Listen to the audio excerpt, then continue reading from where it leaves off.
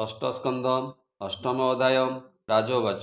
ନ ହେ ମୁନି ତପୋଧନ ଯେ ତୁମ୍ଭେ କହିଲ ବିଧାନ, ଯେଣେ ରକ୍ଷା ଇନ୍ଦ୍ର ହୁଅଇ ସ୍ୱର୍ଗେ ଇନ୍ଦ୍ର ଭୋଗ କରଇ, ଜଗତ ରଙ୍ଗ ରିପୁ ବଳେ କଳା ମାତ୍ର କେ ଶୟଳେ, ତୁଲ୍ୟ କେ ଅଶେଷ ସମ୍ପଦେ ଭୁଞ୍ଜୁ ଅଛନ୍ତି ଅପ୍ରମାଦେ, ଭୋସ୍ୱାମୀ ମୋରେ ଯେବେ ଦୟା ବିସ୍ତାରିକ କି ନା ତାହା, ହେମନ୍ତ ବଳେ ନାରାୟଣ ଇନ୍ଦ୍ରର ରକ୍ଷଣ କାରଣ, ଏ କର୍ମ ବଳେ ଶତ୍ରୁ ଜିଣି ସ୍ୱର୍ଗେ ନିର୍ଭୟେ ବଜ୍ରପାଣି, ବାଦାରଣୀରୁବାଚ ଇନ୍ଦ୍ର ନିମନ୍ତେ ହୋଇ କୃତ ପ୍ରସନ୍ନ ହୋଇ ପୁରୋହିତ, ଏ କର୍ମ ନାମ ନାରାୟଣ କହିବା ଏକ ମନେ ଶୁଣ, ସ୍ୱରୂପ ବାଚ ମୋର ଚରଣେ ଯେବେ ଧ୍ୟାଇ ପରମ ବ୍ରହ୍ମ ସୁଖ ହୋଇ, ମନ୍ତ୍ରରେ କରି ଅଙ୍ଗନ୍ୟାସ ମୌନ ସୂଚି ହୋଇ ତୋଷ, ହେମନ୍ତ କର୍ମ ନାରାୟଣ ରାଜନ ସାବଧାନେ ଶୁଣ, ନିକଟେ ଭୟ ଯେତେବେଳେ ଉଦୟ ହୃଦୟ କମଳେ, ଚରଣ ଜାନୁ ବକ୍ଷସ୍ଥଳେ ମନ୍ତ୍ରକୁ ନ୍ୟାସିବ ଚପଳେ, ଓଙ୍କାର ଆଦି ନାରାୟଣ ଉଚ୍ଚାର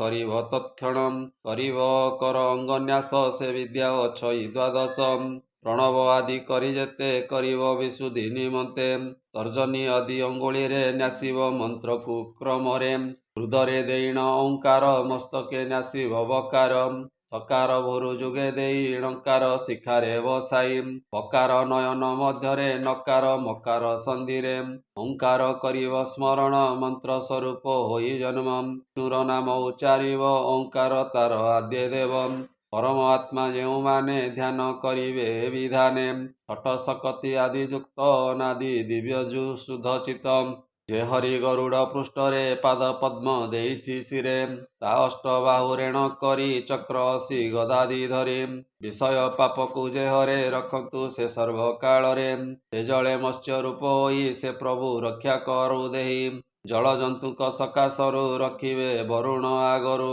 ମାୟା ବାମନ ରୂପ ଜଳେ ସେ ରକ୍ଷା କରୁ ଅବହେଳେ, ତ୍ରିବିକ୍ରମ ରଖୁ ଭୂମିରେ ଏ ବିଶ୍ୱରୂପ ଆକାଶରେ, ଦୁର୍ଗମ ଗ୍ରାମ ଆଦି କରି ସେ ସ୍ଥଳରୁ ମୋତେ ଉଧରି, ଅସୁର ଜୁଥର ବୈରୀ ନୃସିଂହ ମୋତେ ସେ ଉଧରି, ଯାହାର ଉଚ୍ଚ ହାସ ଶୁଣି କମ୍ପତି ଦିଗଜେ ଧରଣୀ, ସେ ପ୍ରଭୁ ଯୁଦ୍ଧ ଆଦି ସ୍ଥଳେ ମୋତେ ରଖନ୍ତୁ ଅବହେଳେ, ପଥେ ରଖନ୍ତୁ ଯଜ୍ଞକଳ୍ପ ଅଖିଳଧାରୀ ବିଶ୍ୱରୂପ, ଶ୍ରୀରାମ ଲକ୍ଷ୍ମଣ ସହିତେ ପ୍ରବାସେ ରଖନ୍ତୁ ସେ ମୋତେ, ନାନାଦି ଅନ୍ୟାୟରୁ ଜାଣ ମୋତେ ରଖନ୍ତୁ ନାରାୟଣ, ଆଉ ଯେ ନର ରୂପୀ ହରି ରଖନ୍ତୁ ଗର୍ଭରୁ ଧରି, ଯୋଗ ଭ୍ରଷ୍ଟରୁ ଦତ୍ତାତ୍ରେୟ ରଖନ୍ତୁ ହୋଇ ସେ ସଦୟ, କପିଳ ରୂପୀ ଦେବ ହରି ରଖନ୍ତୁ କର୍ମବନ୍ଧ ହରି, କାମତାପୁ କରି ଉଦ୍ଧାର ରଖନ୍ତୁ ସନତ କୁମାର, ଦେବହେଳନାଦି ଦୋଷରୁ ହୟଗ୍ରୀବ ମୂର୍ତ୍ତି ଉଧରୁ, ଅନ୍ୟ ଦେବ ସେବା ଦୋଷରୁ ନାରଦ ରୂପୀ ରକ୍ଷା କରୁ, ଅପଥ୍ୟାଦି ରୋଗ ତାପରୁ ଧନ୍ୱନ୍ତରୀ ମୂର୍ତ୍ତି ଉଧରୁ,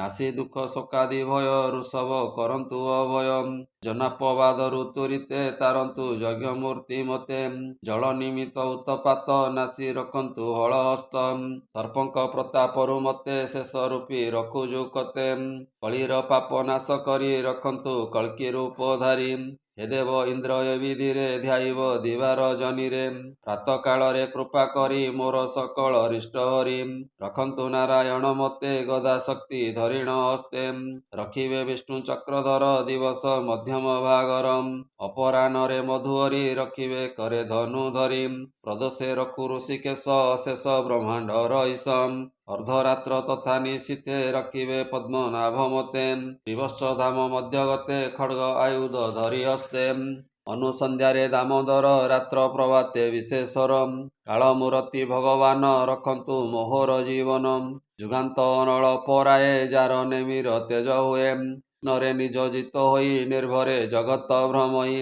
ସେ ଚକ୍ର ମୋର ହରିସୈନ୍ୟ ଦହନ କରିବ ବହନ, ପବନ ସହ ହୁତାସନ ଦହଇ ଯେନେ ଶୁଷ୍କ ତୃଣ, ସେ ଗଦା ବଜ୍ର ପ୍ରାୟ ହୋଇ ସ୍ଫୁଲିଙ୍ଗ ତୁମ୍ଭର ବାଧଇ, ତୁମ୍ଭେ ଅଜିତ ନାଥ ପ୍ରିୟା ମୁଁ ତାଙ୍କ ଦାସ କର ଦୟା, କୁଷ୍ମାଣ୍ଡ ବିନାୟକ ପକ୍ଷ ଗୁହ୍ୟକ ଗଣଭୂତ ରକ୍ଷ, ପିଶାଚ ପ୍ରେତ ଗ୍ରହ ଗଣ ଶୀଘ୍ରେ କରନ୍ତୁ ପ୍ରମନ୍ଥନ, ହେ ପାଞ୍ଚଜନ୍ୟ ଦରସାର ସେ ଭୀମ ନାଦରେ ତୋହର, ଶତ୍ରୁଙ୍କ ହୃଦୟ କମ୍ପଇ ଦ୍ରବାଅ ମହାଭୟ ଦେଇ, ହତ ହୋଇବେ ଜାତୁ ଧାନେ ସ୍ୱର୍ଗ ଲଭିବେ ଦେବଗଣେ, ତେଜ ଗୁଣ ଯେତେ ଆୟୁଧ ପୁଣି ଲଭିବ ସମ୍ପଦ।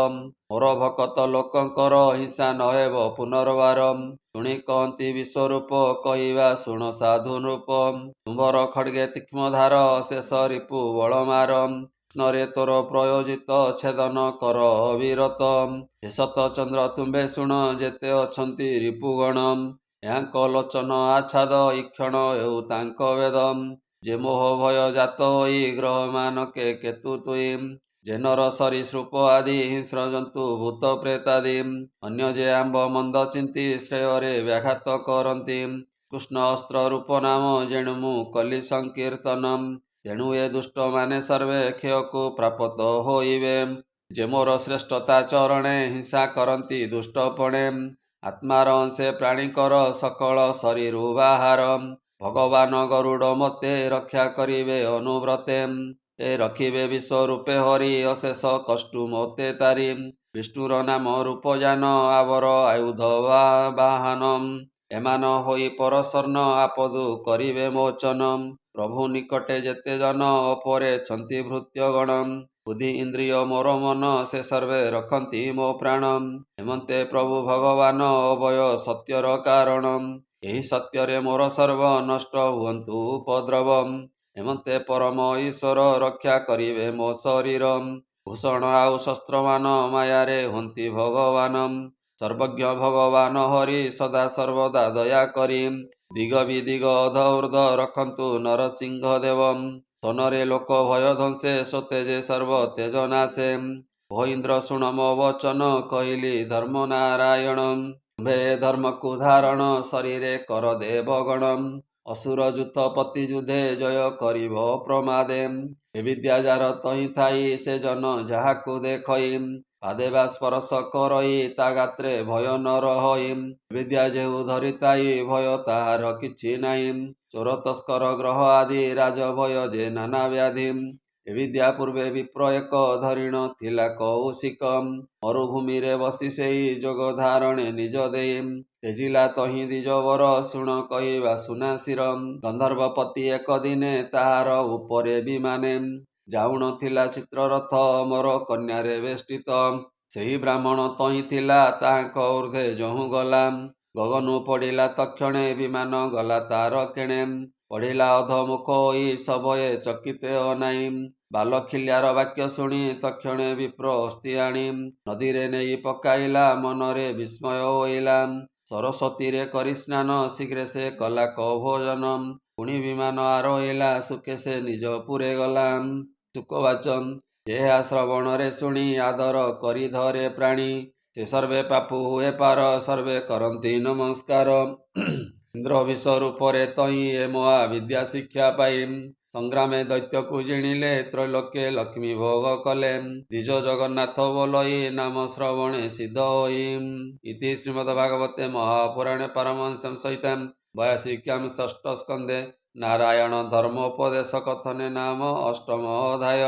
बोल आनंदे कवार हरि हरि बोल।